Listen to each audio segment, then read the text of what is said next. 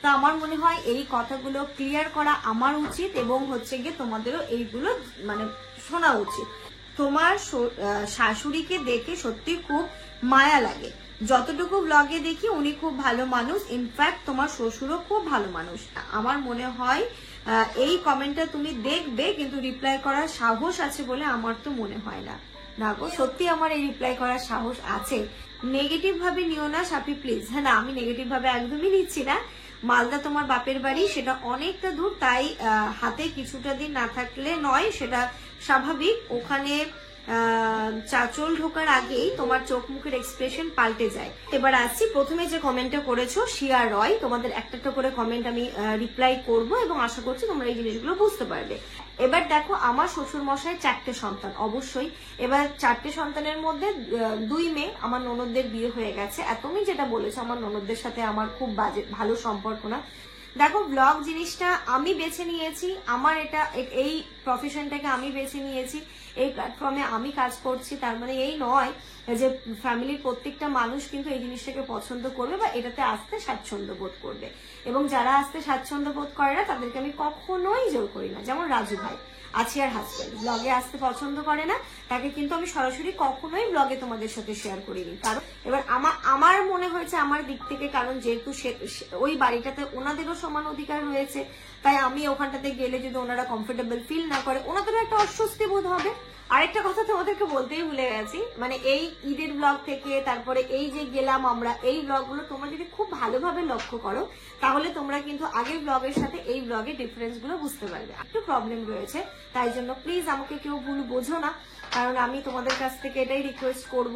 আমি ব্লগ করি মানে এটা নয় যে আমার ব্লগে সবাই আসতে স্বাচ্ছন্দ্য বোধ করবে।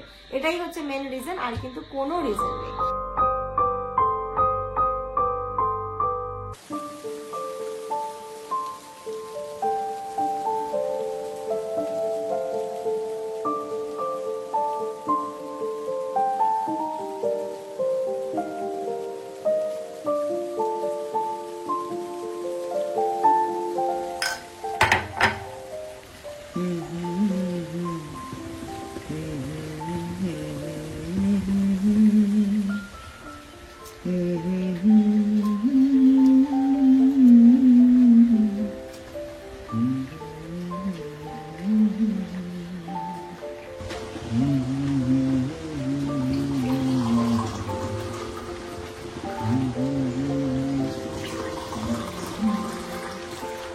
এই যে আজকে সকাল সকাল আমি এটা রেডি করে নিয়েছি।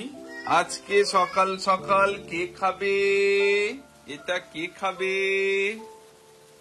এটা কি ইনু খাবে? খাবে নাকি?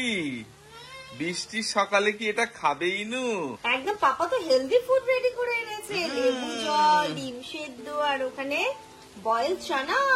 Good morning everyone and welcome back to a new blog. সকাল সকাল দেখছো কত বৃষ্টি হচ্ছে, কি সুন্দর ওয়েদার হয়ে আছে। কয়েকদিন ধরে বেশ কয়েকদিন যা গরম পড়েছিল, তখন থেকেই চাইছিলাম বৃষ্টি হোক বৃষ্টি হোক বৃষ্টি হোক। আর এই যে কালকে মানে পরশুদিন থেকে শুরু হয়েছে, বাট কালকে থেকে অনবরত বৃষ্টি চলছে, কি যে ভালো লাগছে কি বলবো। আর এখানটাতে সুন্দর ব্রেকফাস্ট না, এটা ঠিক ওই যে মানে ব্রেকফাস্টের আগের যেটা পর্যায়, লেবু জল, তারপর ওখানে বয়েল ছানা, এগুলো খাবো। এই সুন্দর ওয়েদারটাকে এনজয় করতে করতে আমার ইনুমাটা ডিম সেদ্ধ খাওয়া হয়ে গেছে। ইনুমাটাকে একটু পরে ছাতু খাওয়াবো। একটুখানি ওই যে ছোলা সেদ্ধ করে দিয়েছি, সেদ্ধ করা তো হালকা বয়েল করা জাস্ট, সেটা মুখে দিয়েছি। পুরো তো চিবোতে পারছে না, জিভের মধ্যে আটকে রেখে ওর একটা করে কণা বের করে ফেলে দেয়। ও করে এইসব কাজ।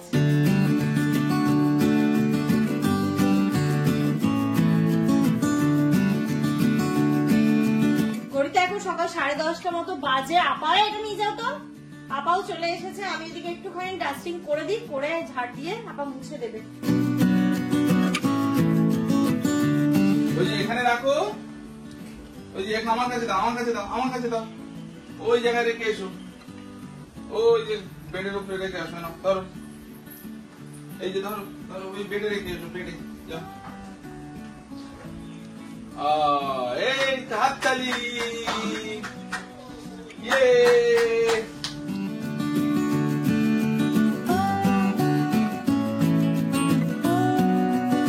তো ধুলো জমে ডায়েরিটা বেড সাইড টেবিলে আমার পাশে রাখা ছিল। এটা আমার খুব ছোটবেলার ডায়েরি, খুবই ছোটবেলা, ক্লাস 7-8 যখন পড়তাম তখনকার। এই ডায়েরির মধ্যে আমি সমস্ত রচনা লিখতাম।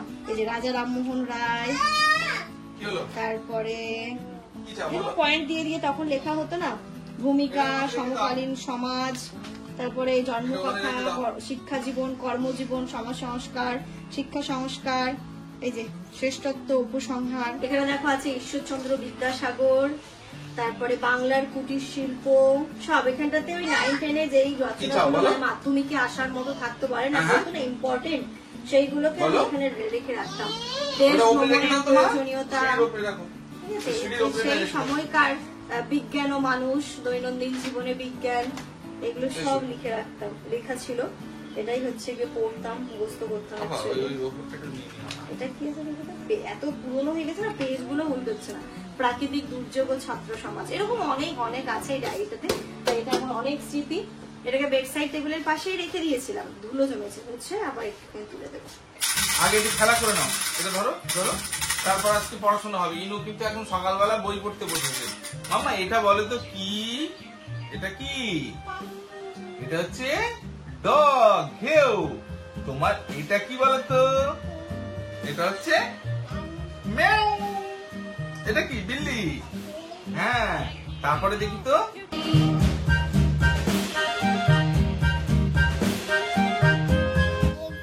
কোনটা টম, কোনটা টম? এখানে টম কই? এটা টম না তো, এটা ডিয়ার বললাম না। এখান থেকে দেখো, এইটা তুমি বলতে পারবে শিওর এটা কি? এটা ম্যাও তো। এটা কি? দেখেছো? এটা কি তুমি তো জানো, বলো বলো এটা। হ্যাঁ, এটা কি বলো? ও বাবা, এটা এটা এত পছন্দ হয়েছে। এটা হচ্ছে হরিণ। এটা কি? এই এটা কি বলতো? কি এটা? Cow. And there was Captain Washington and gentlefolks about him. They say he's strong, so tall, but he will not fight without them. ভাল্লুক হাউম হাউম জঙ্গলে থাকে, এরকম হাউ মাউ হাউ মাউ করতে খপ করে ধরে এরকম। আর টাইগার কেমন করে বলতো?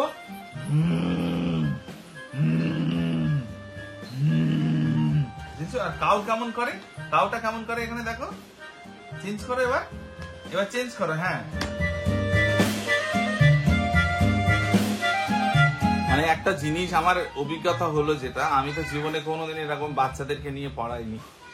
তো এ মানে ও টাটা, হ্যাঁ টাটা, আপা চলে গেছে, মাম্মা চলে এসো। তো ইনুকে নিয়ে যে মানে পড়তে বসানো, আর ওকে যে কোনো একটা জিনিস মাথায় ঢোকানো, মানে কি বলবো, এর থেকে মনে হয় কঠিন কিছু আর কিছু হয় না। আসো মাম্মা, আসো, এসো, চলে আসো মাম্মা। বই খায় না, দাও বইটা, খায় না, দাও আমার কাছে, দাও আমার কাছে দাও।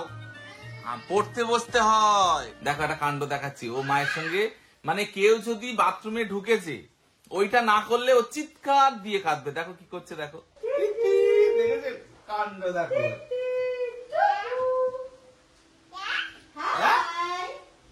হাই করে দাও, তুমি হাই করে দাও। হাই, চলে আসো, চলে আসো ইনু, চলে আসো।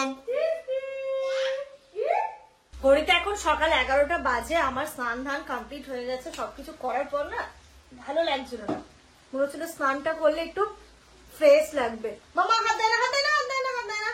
আর এই স্নান ধান করে এসে আমার একটুখানি মুখে হয় ফেস মিস্ট বা ফেস সিরাম, এই টাইপের কিছু না দিলে ভালো লাগে না। তো আমি এখন রিসেন্টলি এই লোটাসের এই ফেস সিরামটা ইউজ করছি, লোটাস প্রফেশনালের vitamin C skin brightening face toner. এই যেটা বেশ ভালো লাগছে। গরমকালে দেখবে এই টাইপের একটু রোজ ওয়াটার টাইপের, তারপরে ওই এই রিলেটেড টাইপের যদি ফেস মিস্ট বা ফেস টোনার গুলো ইউজ করো, অনেকটা রিফ্রেশিং লাগে। আমি তো কিছু কিছু টাইম কি করি বলতো, ফেস মিস্টটা মানে এমনি, মানে সবসময় যে ফেস ওয়াশ করে দিতে হবে সেটা না, কখনো হয়তো কেমন অস্বস্তি হচ্ছে, ইরিটেশন ফিল হচ্ছে, চোখে মুখে ভালো করে জল দিয়েছে, ফটাফট করে একটু ফেস মিস্ট দিলাম, তাতে দেখবে অনেকটা রিফ্রেশ লাগে।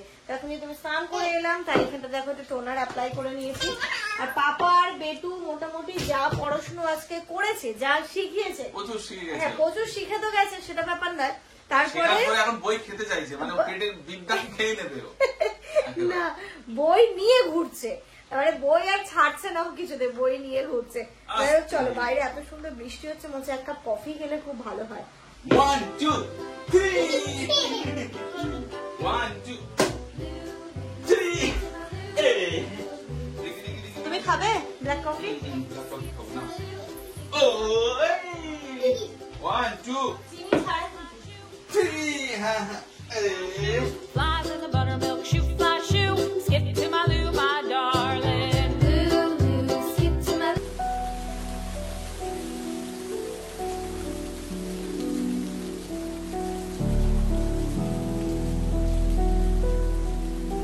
এখানটাতে দিয়ে দিয়েছি কফি একটুখানি অল্প একটু করে, আর দিয়ে দিলাম গরম জল। এখানটাতে সুন্দর আমাদের ব্ল্যাক কফি হয়ে গেল রেডি। অনেকের ব্ল্যাক কফি খেতে ভালো লাগে না, বাট আমার আর জামালের দুজনেরই ভীষণ ভালো লাগে। এর সাথে না কোনো বিস্কিট, না কোনো কুকিজ, কিচ্ছু না, শুধু গরম গরম এই সুন্দর ব্ল্যাক কফি। সেখানে আসো, কানে একটা কথা, ওখানে কি খুঁজছে ও? ও এখানে ও ক্যান্ডেল, এটা এসো, নিয়ে এসো। আচ্ছা চলো, এসো মা, এসো। এসো আমরা বলছি।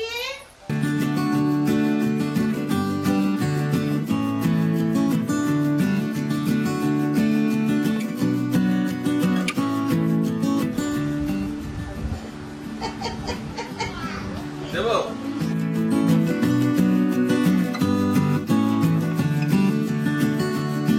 ইনার শুধু কাণ্ডটা দেখো, কি মা,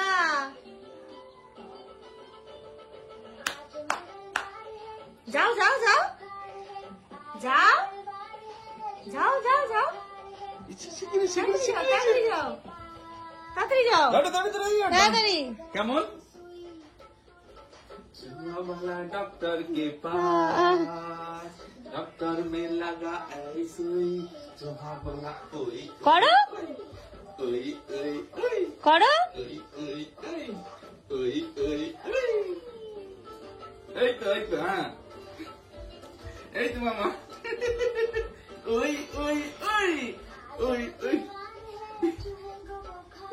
এই যে হ্যাঁ, করো করো করো, জোরে জোরে, আরো জোরে। डॉक्टर में लाए दवाई, डॉक्टर के पास डॉक्टर में खाई दवाई, वाह वाह वाह वाह वाह, তুমিও করো মামা। वाह वाह वाह वाह वाह वाह, করে এবার। Good afternoon everyone. তোমরা এতক্ষণ ইনার ডান্স দেখলে, ও এরকমই করছে না তো, ওই গানটার যে ওই গানটা জামানোকে মানে করে একবার ওর সাথে করেছো তো, মানে ওই গানের নাচ ওটা একদমই নয়, এটা জামানের ভার্সন, আর ও ওর সাথে দাঁড়িয়ে দাঁড়িয়ে করে এখন, তো দেখলে ওদের কাণ্ড। আর এখন আমরা করবো খাওয়া দাওয়া, আজকে খুবই সিম্পল খাবার। এখন চলে এসো, দেখো লুকোচ্ছ কোথায়। আর বইটাকে নিয়ে দেখো কি না কি করছে সারাটা দিন। চলো ওটা চলো, হ্যাঁ টম, ওখানে টম কই, ওখানে টাইগার আছে, ওখানে টাইগার আছে। ওইটার আর আস্ত রাখবি না তুই কিছু। আজকে যে এখানটাতে হচ্ছে ভাত আর মুসুর ডাল, আলু, ডিম একসাথে, তার সাথে আচার, ব্যাস। Good evening everyone. ঘড়িতে এখন 7:30 বাজে। আমি একটুখানি ঘুমিয়েছিলাম, ইনায়াও ঘুমিয়েছিল। এখন এই যে স্ট্যান্ডটা বের করছি, মেশিনে জামা কাপড় দিয়েছিলাম, আর ছাদে তো এখন মেলার অপশন নেই, এত বৃষ্টি হচ্ছে, তাই এই ঘরে ভাবছি, কারণ এই ঘরে সারা রাত্রি ফ্যানও চলবে, একটা ফ্যানও চলে, তাই এই ঘরে জামা কাপড়গুলো দিয়ে দেবো, শুকিয়ে যাবে। চলো চলো মা, এই ঘরে চলো, এসো। এই স্ট্যান্ডটা নেওয়াতে এত সুবিধা হয়েছে। এর আগেও আমার আরেকটা ছিল স্ট্যান্ড, সেটা হচ্ছে আমি বসিরহাটের বাড়িতে নিয়ে চলে গেছি। মামা সরো, বসিরহাটের বাড়িতে নিয়ে গেছি, সেটা তো জানোই। তারপরে এখানকার জন্য আমি এটা কিনেছিলাম, এটা আমি ফ্লিপকার্ট থেকে কিনেছি। এটা নেওয়াতে যে কত সুবিধা হয়েছে, বিশেষ করে বর্ষাকালে আমার মনে হয় সবার বাড়িতে এটা থাকা উচিত। কি বলতো, তুমি ঘরের তো ফ্যান চালিয়ে জামা কাপড় দিয়ে দাও, শুকিয়ে যাও, বাড়িতে যদি বাচ্চা থাকে মাস্ট এটা নিতেই হবে। আমি ফ্লিপকার্ট থেকে নিয়েছি, আমি যথেষ্ট কোয়ালিটি ভালো এবং হ্যান্ডিও, মানে বিছানার চাদর টাদরে যদি মেলে দাও তাহলে খুব সুন্দরভাবে কিন্তু থাকে, মানে পেকে যাওয়ার সম্ভাবনা বা ঝুলে যাওয়ার সম্ভাবনা সেরকম কিছু নেই, খুব ভালো কোয়ালিটি। মামা এসো, ওয়াশিং মেশিন থেকে জামা কাপড়, ওই দেখো ক্রিম মাখছে। কি মাখছো ওটা? মাখো মাখো। কি মাখছিলে? কেমন করে মাখছিলে? মাখো। এই যে এরকম এরকম করছিলে, কেমন ক্রিম মাখছিলে? মাখো। আচ্ছা এবার এরকম পাপাকে ক্রিম লাগিয়ে দিচ্ছ? আচ্ছা দাও একটু, আর এইদিকে এই গালে দাও, এই গালে দাও। আচ্ছা এবার ঘষে দাও, এবার ঘষে দাও। আচ্ছা আচ্ছা এসো মাম্মা, এই যে নিয়ে যাও এগুলো। যেমন তুমি ওখানে যাও, ইনা এখান থেকে পৌঁছে দিচ্ছে, তুমি ওখানে মেলে দেবে। যাও মামা, এটা বাবার কাছে নিয়ে যাও, যাও। এসো নিয়ে আসো, আবার নিয়ে আসো, আর একটা নিয়ে আসো। এটা নিয়ে যাও, এই দুটো একসাথে নিয়ে যেতে পারবে, নিয়ে যাও। ধরো, দুটোকে ধরো একসাথে, নিয়ে যাও। আমি এখান থেকে বের করে দিচ্ছি, আর ইনায়া নিয়ে গিয়ে পাপাকে চলো দিচ্ছে। একটা করে দাও। অনেক কাজ করতে শিখে গেছে কিন্তু ইনু। হ্যাঁ সত্যি, ইনায়া আমার এখন এতই হেল্প করে না, কি বলবো। মামা এবার এটা নিয়ে যাও। ও আমার জান, আমার কিউটি ভাই, যাও।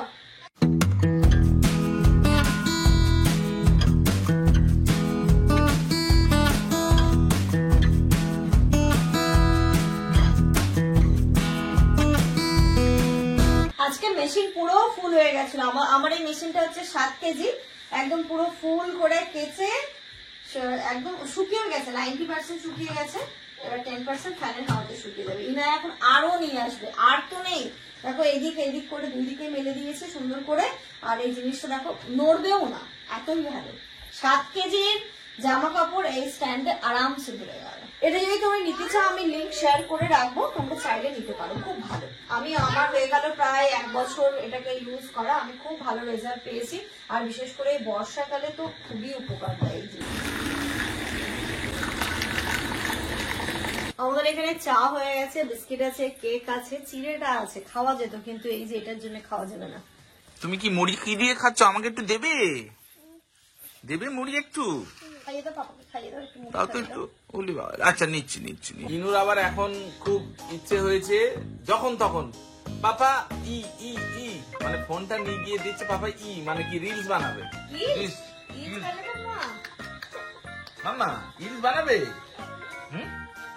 জি। খাবার ওরকম করতে নেই কেন বলতো, মুডটা খারাপ হয়েছে এখন। যেটা হচ্ছে ও একটু আগে এই করছিল, টকিং টম দেখছিল, তো ওটা নিয়ে নিয়েছি, খেতে বলেছি, তাই মুখটা এরকম টকিং টমের মতো করে রেখেছে। না টম, হাই টম, ডিসপ্লে দাও, তুমি তো একটা টম।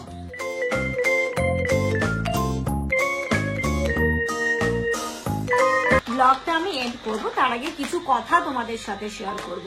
তাই জন্য আমি আর অন্যদিকে গেলাম না, কারণ ব্লগটা অনেক বড় হয়ে যাবে। তোমরা যেহেতু আমার ফ্যামিলি মেম্বার, অবশ্যই আমার ফ্যামিলির সাথে সাথে তোমরাও তো আমার ফ্যামিলির একটা অনেক বড় অংশ। তো আমার মনে হয় এই কথাগুলো ক্লিয়ার করা আমার উচিত, এবং হচ্ছে গিয়ে তোমাদেরও এইগুলো মানে শোনা উচিত। কারণ কি বলতো, দেখো এই কিছু কমেন্ট আজকে ব্লগে এসেছে, যে কমেন্টগুলো হয়তো কয়েকজনের মনে প্রশ্ন এসেছে, কিন্তু কিছুদিন পরে হয়তো একই প্রশ্ন বারংবার অনেকেই করবে। তাই আমার মনে হলো শুরুতে এই জিনিসগুলো ক্লিয়ার করে দেওয়াটা ভালো। হ্যাঁ, তো আমি কমেন্টটা ধরেই তোমাদেরকে বলছি। শিয়া রয় এরকম এই আইডি থেকে কমেন্টটা এসেছে। তোমার শাশুড়িকে দেখে সত্যি খুব মায়া লাগে। যতটুকু ব্লগে দেখি উনি খুব ভালো মানুষ, ইনফ্যাক্ট তোমার শ্বশুরও খুব ভালো মানুষ। এত ভালো শ্বশুর শাশুড়ি থাকতেও তুমি ওদের সাথে এই রকম করো কেন? তুমি এত খারাপ আচরণ, ঠিক আছে? হয়তো বুঝতে দাও না ওদেরকে, কিন্তু আমরাও মানুষ চিনি। কিরকম আগে সত্যি তোমার ব্লগ ডেলি দেখতাম, কিন্তু এখন খুব একটা দেখি না তোমার এই আচরণের জন্য। আর একটা কথা সত্যি না বললেই নয়, তোমার ননদরা তোমাকে খুব একটা পছন্দ করে না, সেটা দেখেই বুঝতে পারি। আর আমি জানি সেটা তুমিও বুঝতে পারো। সত্যি কথা বলতে একসাথে থাকাটা যে কি মজার, সত্যি কথা বলতে একসাথে থাকাটা যে কি মজার, সেটা হয়তো তুমি বুঝবে না। আর জামানো যে নিজের বাবা মায়ের কথা ভাবে না, সেটাও খুব ভালো করেই বুঝতে পারি। কারণ ওনারা ওই বাড়িতে একাই থাকেন, কেউ কিছু বলতে পারে না। ওনার 4 ছেলে মেয়ে থাকতেও ওনারা একা।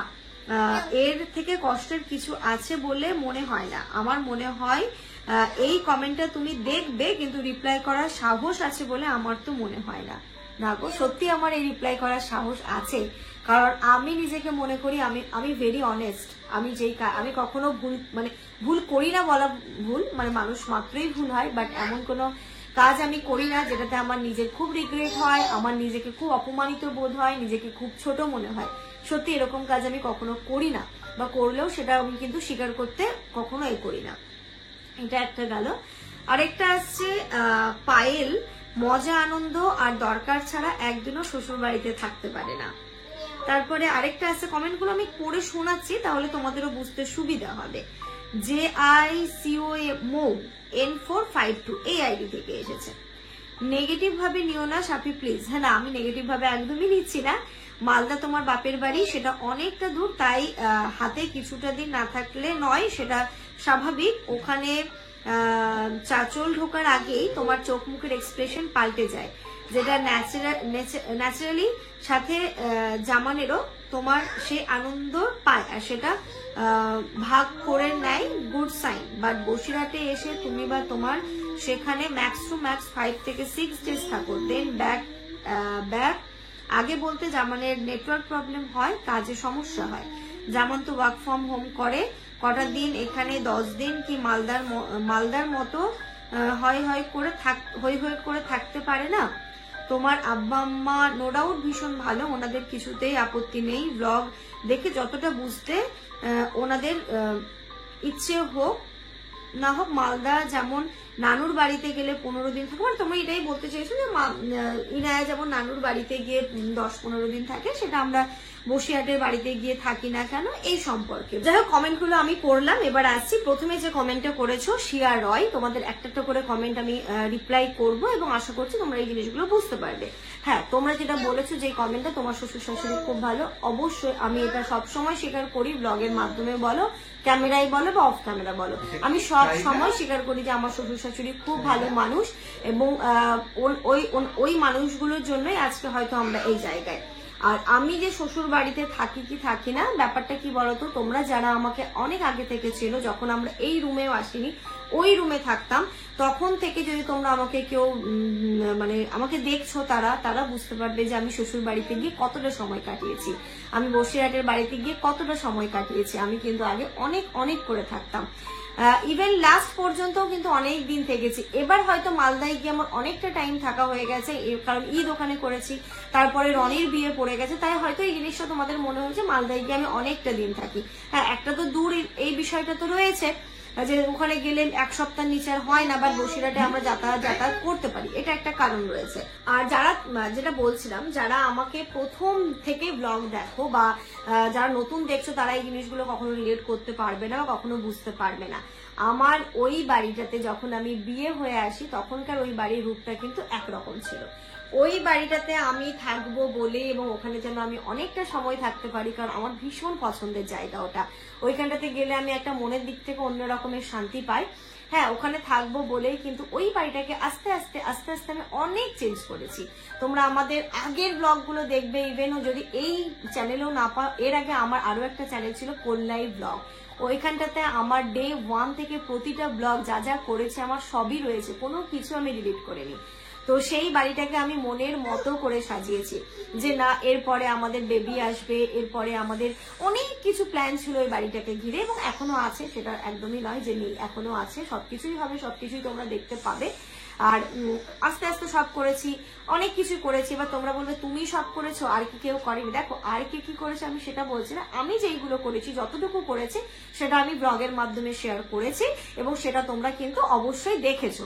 হ্যাঁ, আমি সবকিছুই আমার ব্লগে রয়েছে, যারা প্রথম থেকে আমার ব্লগ দেখে তারা বুঝতে পারবে।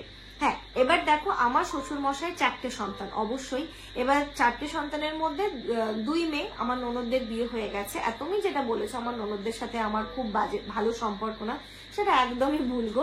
আমার ননদদের সাথে সত্যি আমার ভীষণ ভালো সম্পর্ক, মানে একটা বোনের সাথে বোনের যেমন সম্পর্ক তেমন থাকে। সবকিছু তো আর ব্লগে ওইটুকু দেখে বোঝা যায় না, কারণ সবাই কিন্তু ব্লগে খুব প্রকাশ করতে পারে। আমি যেমন হেসে তোমাদের সাথে সুন্দরভাবে কথা বলতে পারি, হয়তো আমাকে গলা জড়িয়ে আছিয়া বলতে পারে না বা আমিনা আপা বলতে পারে না, সেটা দেখে হয়তো তোমাদের মনে হয়েছে যে আমাকে পছন্দ করে না, কিন্তু একদমই না। মানে বলে না যে মানে এইটুকু বলতেও আমি ভয় পাই না বা আমার দ্বিধাবোধ নেই যে আমার ননদরা আমাকে খুব ভালোবাসে, আমিও কিন্তু তাদেরকে খুবই ভালোবাসি। এটা আমি একদম বলে না, বুক চিরে বলতে পারি, এতটুকু আমার নিজের ওপর বিশ্বাস আছে এবং এতটুকু নিজের ওপর আমার ভরসা আছে। আর যেটা বলছো এখন যে আমি এখন গিয়ে কেন থাকি না, একটা সময় গিয়ে আমি অনেক দিন থাকতাম। হ্যাঁ, এখন হয়তো ইনায়াকে দাদু দাদিমার কাছে রাখাটা খুব বেশি ইম্পর্টেন্ট, যেমন নানু নানির কাছে গিয়ে অনেকটা দিন থাকে, আমিও খুব করে চাই, খুবই করে চাই। তো যেটা বলছিলাম, যেহেতু আব্বার 4টে সন্তান, আব্বা আম্মার, তার মধ্যে তোমরা কিন্তু জামান মানে 3জনকে, আমিনা আপা আছে, 3জনের ফ্যামিলিকে খুব ভালোভাবে আমাদের ব্লগে দেখতে পাও। বাট জামানের দাদাকে, জামানের ভাবিকে, জামানের দাদার 2 ছেলে মেয়ে রয়েছে, তাদেরকে তোমরা কখনো ব্লগে দেখতে পাও না, কারণ তারা কিন্তু ব্লগে কমফোর্টেবল না। দেখো, ব্লগ জিনিসটা আমি বেছে নিয়েছি, আমার এটা এই প্রফেশনটাকে আমি বেছে নিয়েছি, এই প্ল্যাটফর্মে আমি কাজ করছি, তার মানে এই নয় যে ফ্যামিলির প্রত্যেকটা মানুষ কিন্তু এই জিনিসটাকে পছন্দ করবে বা এটাতে আসতে স্বাচ্ছন্দ্য বোধ করবে।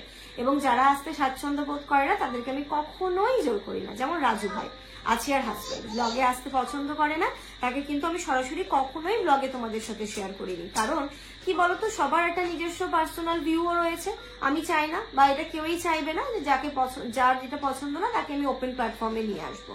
আর আমার বাপের বাড়ির দিকে বলতে গেলে কারোর কখনো ব্লগ নিয়ে প্রবলেম নেই বা কোনো কিছু নিয়ে প্রবলেম নেই, তাই হয়তো সবাইকে এত সুন্দরভাবে তোমরা ব্লগে দেখতে পাও। এখন হচ্ছে কথা, তোমরা একটাই প্রশ্ন তুলছো, আমি সেলফিশ, আমি চলে আসছি, আমি ওখানে থাকছি না। দেখো, এই রাজু ভাই আসতে ব্লগে পছন্দ করে না তার মানে এই নয় যে রাজু ভাইয়ের সাথে আমাদের ভালো সম্পর্ক না। তোমরা লাস্ট ব্লগে দেখে নিয়েছো, একসাথে আমরা বসিরহাটে গেছি, বাজার করেছি, রাজু ভাই বাড়িতে আসলো, সবকিছু হয়, কিন্তু ক্যামেরার সামনে তোমাদেরকে তুলে ধরা হয় না। এর আগে কিন্তু সবাই বলেছে রাজু ভাই আসে না, কিন্তু আদৌ কিন্তু সেটা নয়। কারণ ওই মানুষটা যেহেতু ব্লগে আসতে পছন্দ করে না, তাই তোমরা ব্লগে ওই মানুষটার পার্টটা দেখতে পাও না, রাজু ভাইয়ের পার্টটা দেখতে পাও না। তার মানে এই নয় যে জামানে দাদার সাথে, জামানে ভাবির সাথে, ভাইজানের সাথে, ভাবির সাথে, তারপরে হচ্ছে গিয়ে বাচ্চাগুলোর সাথে যে আমাদের ভালো সম্পর্ক না, তাদের সাথে কিন্তু আমাদের খুব ভালো সম্পর্ক, খুব গুড রিলেশন। ইভেন তোমরা সবে বরাতের ব্লগ যদি দেখে থাকো, সেখানটাতে কিন্তু একটু আধটু তোমরা দেখতে পেয়েছো এবং আশা করছি তোমরা সেটা বুঝতে পেরেছো। হ্যাঁ, জয়েন্ট ফ্যামিলির মজা আমি খুব বুঝি, কারণ আমার বাপের বাড়িতে, আমাদের গ্রামের বাড়িতে কিন্তু এখনো জয়েন্ট ফ্যামিলি, আমার বাবাটা 6 ভাই, এখনো কারোরই হাড়ি আলাদা হয়নি। কিন্তু দেখো, যদি একটা ফ্যামিলিতে থাকতে যাও, প্রত্যেকটা মানুষ, আমাদের হাতের 5টা আঙ্গুলি সমান নয়, তাহলে প্রত্যেকটা মানুষের মেন্টালিটি, প্রত্যেকটা মানুষ যে সমান হবে তাই নয়। আমরা কি করে অ্যাডজাস্ট করে থাকি, এটাই কিন্তু আমাদের জীবন, অ্যাডজাস্ট করে থাকাটাই আমাদের জীবন। ঠিক আছে, এবার যেই পয়েন্টটাতে তোমরা বারবার আমাকে হিট করছো সেটাতে আসছি। এখন রিসেন্টলি কি হয়েছে, জামানের যেহেতু ওই বাড়িতে যেমন আমারও অধিকার রয়েছে, জামানেরও যেমন অধিকার রয়েছে, ইনায়ের যেমন অধিকার রয়েছে, জামানের দাদারও মানে ভাইজানেরও তেমন অধিকার রয়েছে, ঠিক আছে, ভাবিরও আপারও তেমন অধিকার রয়েছে, বাচ্চাগুলোরও তেমন অধিকার রয়েছে। তাই জন্যে কি বলতো, আমি আমার দিকটা তো সবসময় দেখলে হবে না, ওই মানুষগুলোর দিকটাও দেখতে হবে। আমার প্রফেশন এটা, হ্যাঁ, আমি সবসময় আমি আমার মতো করে করবো সেটা তো হয় না। এবার রিসেন্টলি কি হয়েছে, কিছুদিনের জন্য কিন্তু ওনারা ওইখানটাতে গিয়ে আছেন এবং বেশ কিছুদিন ওইখানটাতে থাকবে। যেহেতু আমার প্রফেশন ব্লগিং, আমি ব্লগ করি, ওনারা যেহেতু ব্লগে আসতে পছন্দ করেন না, এবার দেখো, একটা বাড়িতে সবসময় থেকে যেই মানুষগুলো ব্লগে আসতে পছন্দ করে না, হয় না সবসময় ওই জায়গাটাতে থেকে না তুমি তোমার মতো করে ব্লগ করতে পারবে না। কারণ ব্লগ জিনিসটা এটা তো অভিনয় না, এটা হচ্ছে খুব রিয়েলিস্টিক জিনিসটাকে ব্লগের মাধ্যমে তুলে ধরা, আমাদের জীবনযাপনটাকে তুলে ধরা। এবার ধর একটা জায়গায় রয়েছি, যেই মানুষগুলো এটা পছন্দ করে না, যেই মানুষগুলো এটাতে আসতে স্বাচ্ছন্দ্য বোধ করে না, তাদের সামনে না খুব স্বাচ্ছন্দ্যভাবে ব্লগ করা যায় না।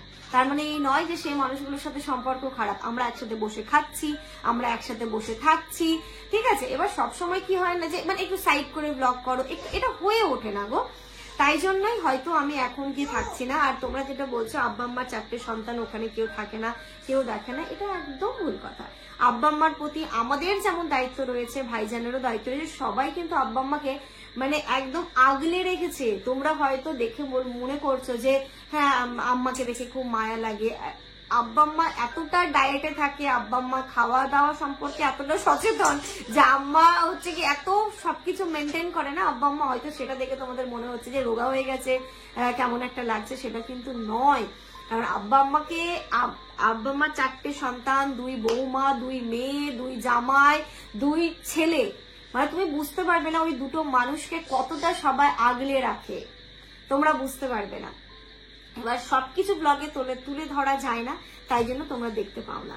এবার এটাই হচ্ছে গিয়ে কারণ যে আমরা ওখানটাতে এখন বেশি দিন স্টে করতে পারছি না। হ্যাঁ, যখন কি হতো আগে, যখন আমরা অনেকটা দিন গিয়ে থাকতাম, তখন হয়তো আপারা অকেশনে আসতো, ঈদে আসতো, কুরবানিতে আসতো, কিন্তু মানে এমনি সময় থাকতো না। তাই হয়তো এখানটাতে গিয়ে আমরা এত সুন্দরভাবে ব্লগ তোমাদের সাথে শেয়ার করতে পারতাম এবং সমস্তটা দেখাতে পারতাম। এবার কিছুদিনের জন্য সেই মানুষগুলো রয়েছে। এবার আমার মনে হয়েছে আমার দিক থেকে, কারণ যেহেতু ওই বাড়িটাতে ওনাদেরও সমান অধিকার রয়েছে, তাই আমি ওখানটাতে গেলে যদি ওনারা কমফোর্টেবল ফিল না করে, ওনাদেরও একটা অস্বস্তি বোধ হবে, তাই না? সেই জায়গায় দাঁড়িয়ে আমি কিন্তু এটা করেছি, আমি যাচ্ছি আসছি, প্রত্যেকটা অকেশনে অংশগ্রহণ করছি, কিন্তু এখন এখানটাতে থাকছি।